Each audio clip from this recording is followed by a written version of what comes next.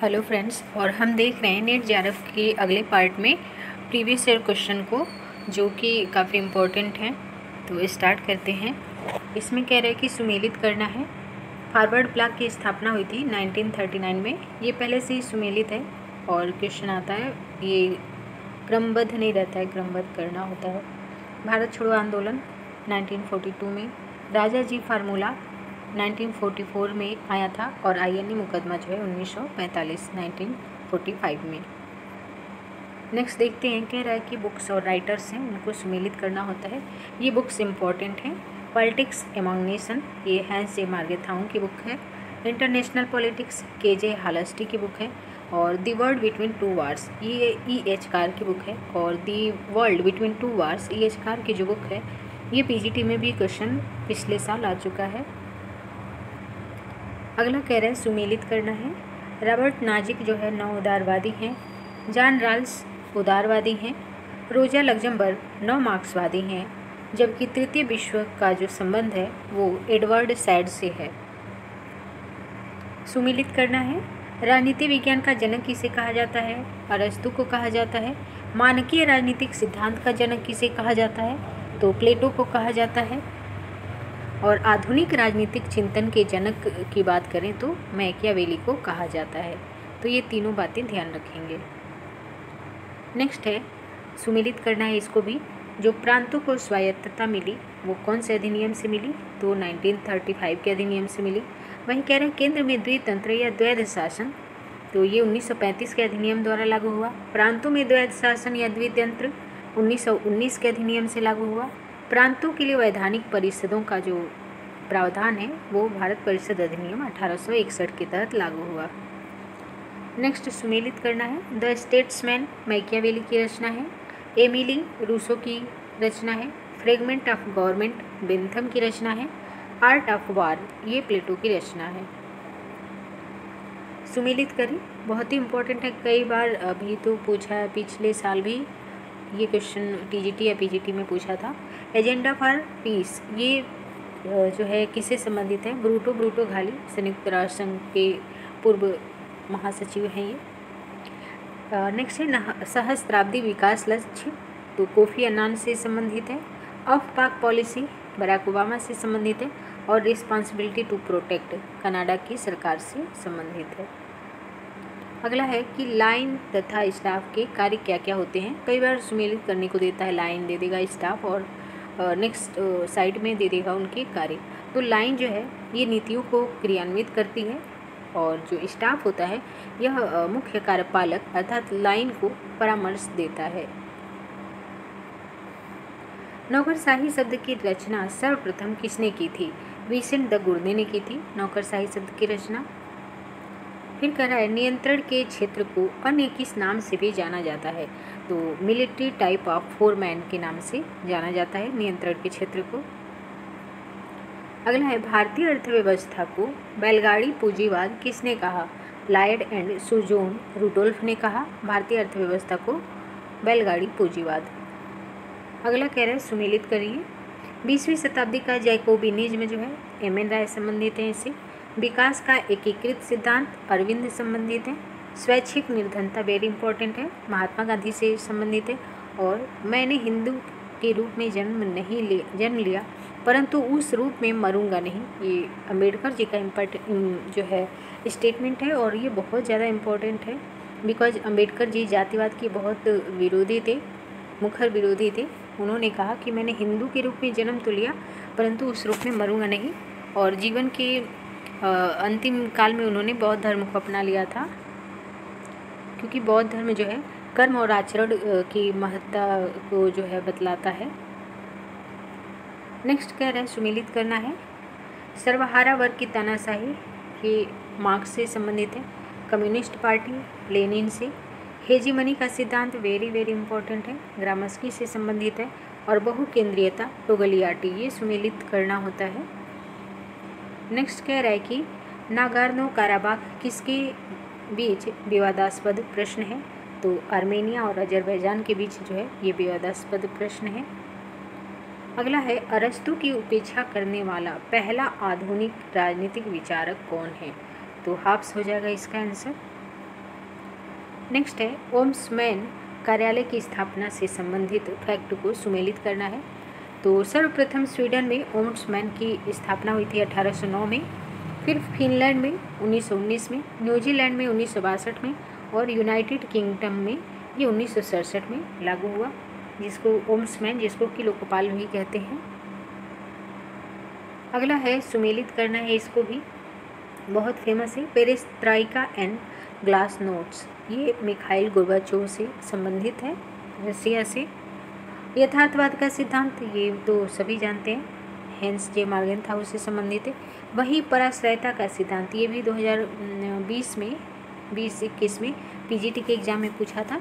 पराश्रयता का सिद्धांत Andre Gundar Frank से संबंधित है, जबकि व्यवस्था सिद्धांत मार्टिन काप्लान से संबंधित है। अगला कह रहा है कि 1968 के मिन्नोब्रुक सम्मेलन में लोक प्रशासन के कौन से 4 मुद्दों पर बहस की गई? तो ये है प्रासंगिकता, मूल्य, क्षमता और परिवर्तन। अगला है अंतर्राज्य परिषद की स्थापना कब की गई थी? तो 1990 में स्थापना की गई थी। स्थापना राष्ट्रपति द्वारा की गई थी और इसके अध्यक्ष जो है प्रधानमंत्री होते हैं अंतर्राज्यीय परिषद के। अगला है किसने भारतीय संविधान को सौदेबाजी की व्यवस्था कहा? तो मॉरिस जोन्स ने भारतीय संविधान को सौदेबाजी की व्यवस्था कहा। ब्रिटिश राज के दौरान किसने योजना आयोग के विचार का सूत्रपात किया? वेरी इंपॉर्टेंट है, सुभाष चंद्र बोस ने योजना आयोग के विचार का सूत्रपात किया। सुमेलित करें। विश्व व्यवस्था सिद्धांत वेलरस्टाइन से संबंधित है। संचार सिद्धांत वेरी इंपॉर्टेंट, कार्ल डायस से संबंधित है। वहीं आधुनिकीकरण जो है हार्टिंगटन से संबंधित है, ये भी वेरी इंपॉर्टेंट है।